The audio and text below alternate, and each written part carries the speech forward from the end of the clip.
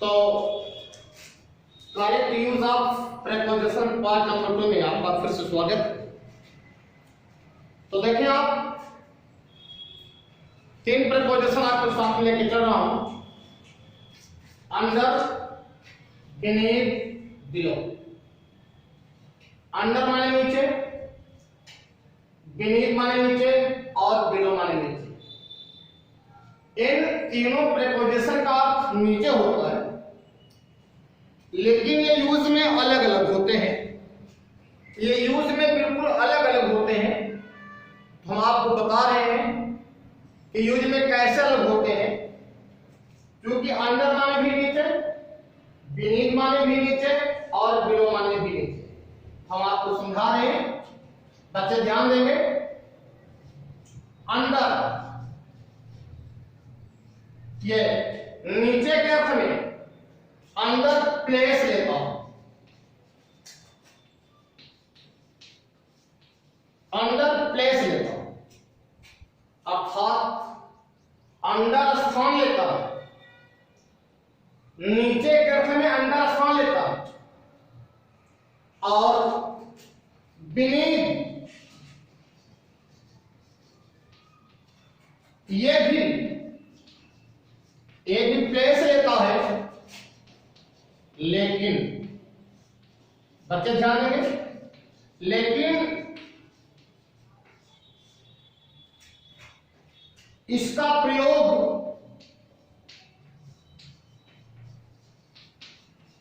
प्रायः पोएम में, कविता में किया जाता है।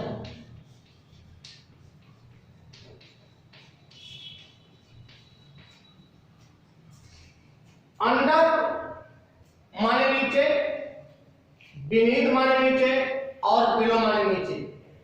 तीनों प्रीपोजिशन का अर्थ नीचे हुआ।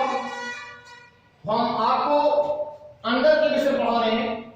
अंडर प्लेस लेता हूं नीचे का अर्थ, बीनीथ ये भी प्लेस लेता है, लेकिन इसका प्रयोग प्रायः पोएम में किया जाता है।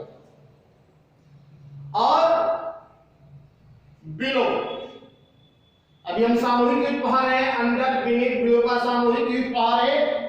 इसके बाद हम इनको अलग अलग करेंगे, सिंगल प्रीपोजिशन लेंगे। तो अब देखें, आप अंडर पढ़ लिया कि ये प्लेस लेता है नीचे के अर्थ में, बीनीथ पढ़ा ये भी प्लेस लेता है, लेकिन इसका प्रयोग प्रायः पोएम में किया जाता है। देखें, अब हम आपको बिलो के विषय समझा रहे हैं। ये बिलो, यह नीचे के अर्थ में, नीचे के अर्थ में पोजीशन लेता हूं, अर्थात स्थित।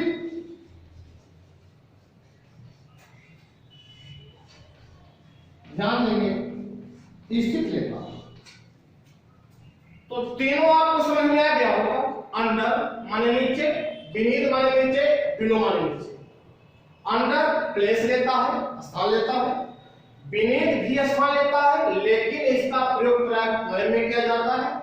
और जो आपका बिलो है, यह नीचे के अर्थ में पोजीशन स्थित लेता है। जैसे उदाहरण से हम आपको क्लियर कर रहे हैं बात, ध्यान देंगे।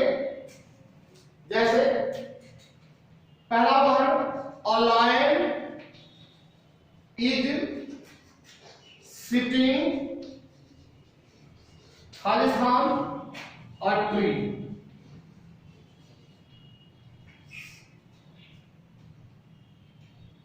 ठीक, a lion is sitting, Khalistan a tree.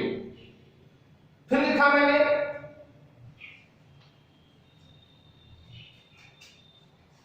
the water of this pond is mining.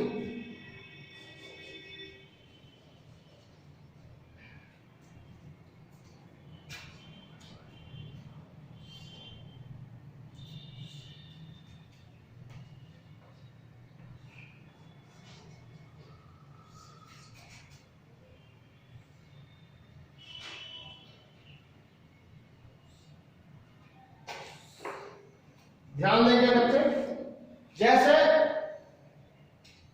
A lion is sitting, एक शेर बैठा है एक पेड़ के नीचे। A lion is sitting a tree, एक शेर एक पेड़ के नीचे बैठा है। तो यहां पेड़ के नीचे है, तो ये पेड़ के नीचे आपका स्थान शो कर रहा है, यह स्थान बता रहा है, इसलिए आप क्या लगाएंगे यहां अंडर, यहां लगाएंगे under. A lion is sitting under a tree, एक शेर एक पेड़ के नीचे बैठा है। तो अंडर माने नीचे, तो यहां आपने अंडर इसलिए लगाया, ट्री क्या है आपका पेड़ के नीचे का स्थान शो कर रहा है, इसलिए आपने यहां क्या लगाया, अंडर लगाया। शायद यह उदाहरण आपको समझ में आया, यह अंडर आपको समझ में आया। बीनीथ का प्रयोग प्रायः पोएम में किया जाता है, जैसे बीनीथ दोज रस्ड इल्म ट्रीज, बीनीथ दोज रस्ड इल्म्स, कि जो हमारे पूर्वज हैं उनकी कब्रें खुरदुरे पेड़ के नीचे हो गई हैं।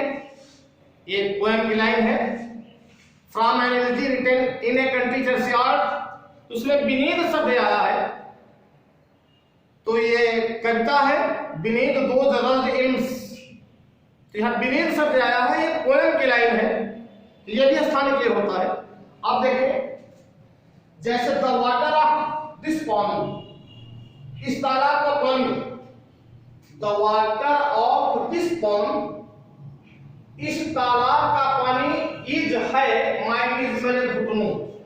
तो हम आपसे ये कहना चाहते हैं, इस उदाहरण के माध्यम से आपसे ये कहना चाहते हैं कि इस तालाब का पानी मेरे घुटनों के नीचे है। तो घुटनों के नीचे है, तो ये क्या बता रहा है, पोजीशन, ये हम स्थित बता रहा है कि तालाब का पानी घुटनों के नीचे है, ये स्थित बता रहा है। तो आपने यहां देखा, यहां लिखा है कि यह नीचे के अर्थ में पोजीशन लेता है, कौन, बिलो, इसलिए हम यहां क्या लगाएंगे, बिलो। तो अब आप देख रहे हैं और समझ रहे हैं कि the water of this pond is below my means, इस तालाब का पानी मेरे घुटनों के नीचे है। ये दूसरा उदाहरण हो गया। A lion is sitting a tree, एक शेर एक पेड़ के नीचे बैठा है, तो ये स्थान शो कर रहा है, इसलिए मैंने यहां अंडर लगाया, और ये पोजीशन शो कर रहा है, इसलिए मैंने यहां बिलो लगाया। तो शायद नीचे के अर्थ में अंडर, बीनीथ और बिलो, ये आपको तीनों समझ में आया।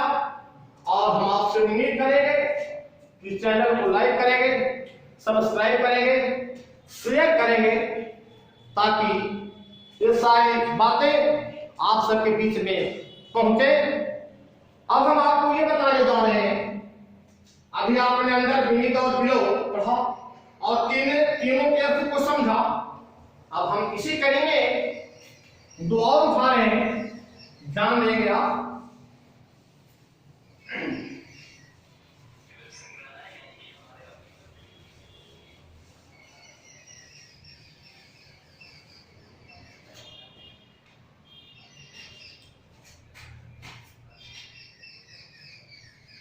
In front of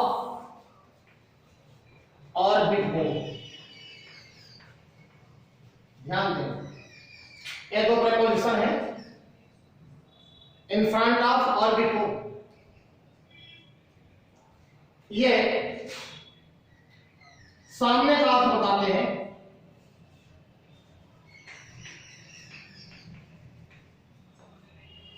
ध्यान दें, इन फ्रंट ऑफ माने के सामने और बिफोर माने के सामने, इन दोनों का अर्थ होता है के सामने, लेकिन प्रयोग में इनका अंतर होता है। बहुत ट्रिकी ढंग से आपको पढ़ा रहे हैं। इन फ्रंट ऑफ कुछ करना नहीं आपको, इन फ्रंट ऑफ नॉन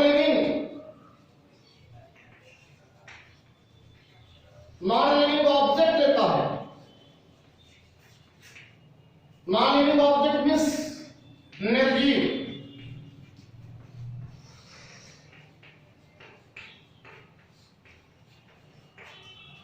तो इन फ्रंट ऑफ आपने पढ़ा, इन फ्रंट ऑफ माने होता है के सामने। तो आपने देखा कि ये नॉन लिविंग ऑब्जेक्ट निर्जीव वस्तु लेता है। तो इन फ्रंट ऑफ के सामने के अर्थ में निर्जीव वस्तु लेता है। और बिफोर ये लिविंग ऑब्जेक्ट, लिविंग ऑब्जेक्ट में सजीव लेता के दो पॉइंट बताए मैंने बता। इन फ्रंट ऑफ के सामने के अर्थ में नॉन लिविंग ऑब्जेक्ट लेता है और बिफोर के सामने के अर्थ में लिविंग ऑब्जेक्ट लेता है। लेकिन ये दोनों कौन सी ऐसी पोजीशन होती है कि इन दोनों का प्रयोग किया जाए? हम आपको समझा रहे हैं, बच्चे ध्यान देंगे, बहुत ही अच्छी चीज बता रहा हूं आपको कि इन दोनों का प्रयोग हम किस पोजीशन में करते हैं। ध्यान देंगे, जब एक ही वाक्य में, जब एक ही वाक्य में दोनों ऑब्जेक्ट आ जाए, दोनों ऑब्जेक्ट आ जाए, जब एक ही वाक्य में दोनों ऑब्जेक्ट आ जाए, अर्थात लिविंग और नॉन लिविंग, अर्थात living and non living,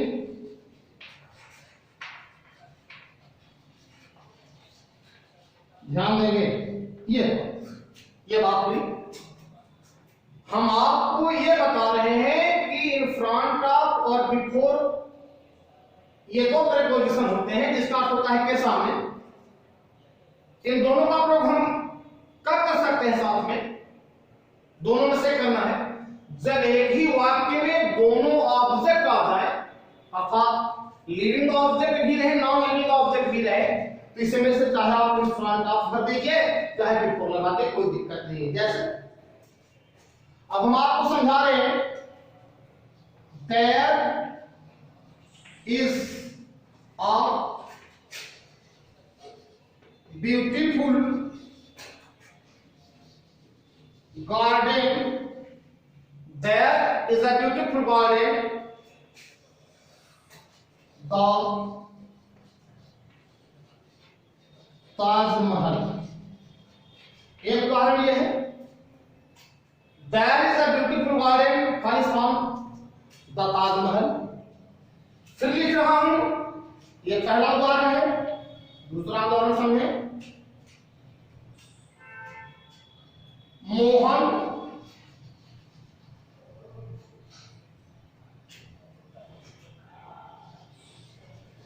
could not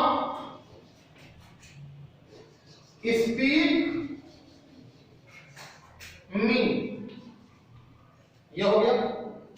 तीसरा उदाहरण हम आपको समझाने ध्यान देंगे,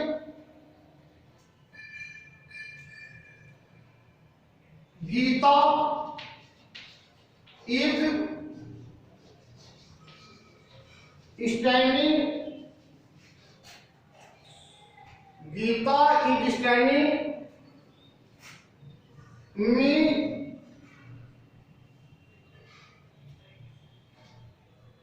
Gita is standing Khalistan me in the Q.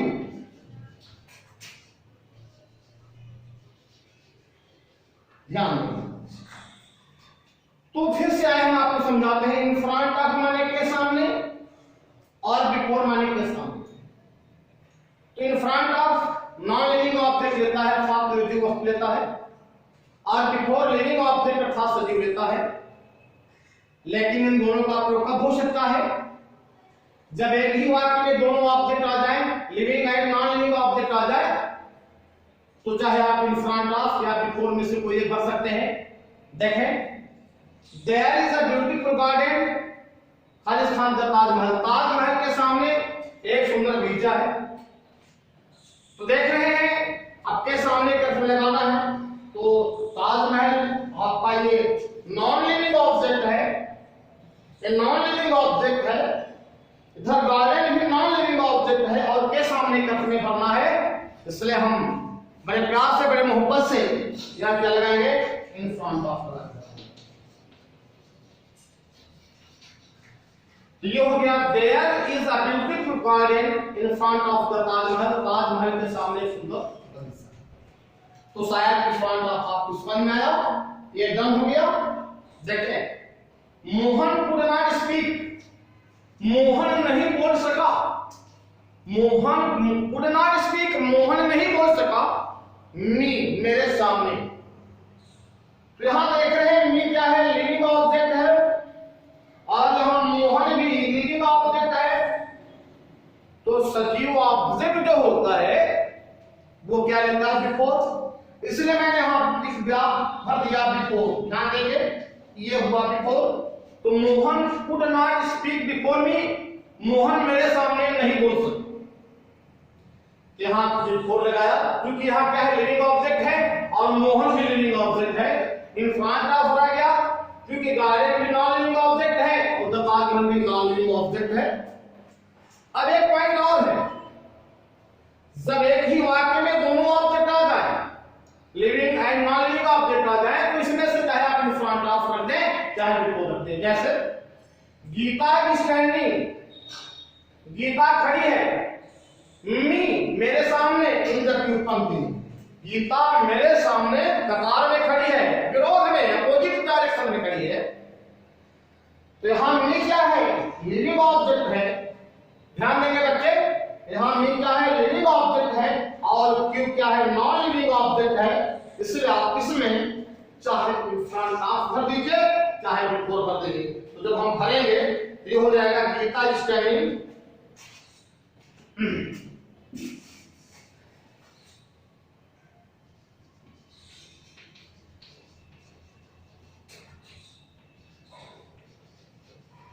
जैसे तो मोहन इज, हाँ Geeta is standing in front of या before me in the queue. तो आपका आंसर हुआ Geeta is standing in front of me in the queue, ये भी सही है, या Geeta is standing before me in the queue, Geeta कंपनी मेरे सामने खड़ी है। बहुत बहुत धन्यवाद और आपसे गुजारिश करेंगे, अपील करेंगे कि चैनल को सब्सक्राइब जरूर करेंगे, लाइक करेंगे, शेयर करेंगे ताकि हर मैटर आपके पास पहुंच जाए। बहुत बहुत धन्यवाद, थैंक यू वेरी मच।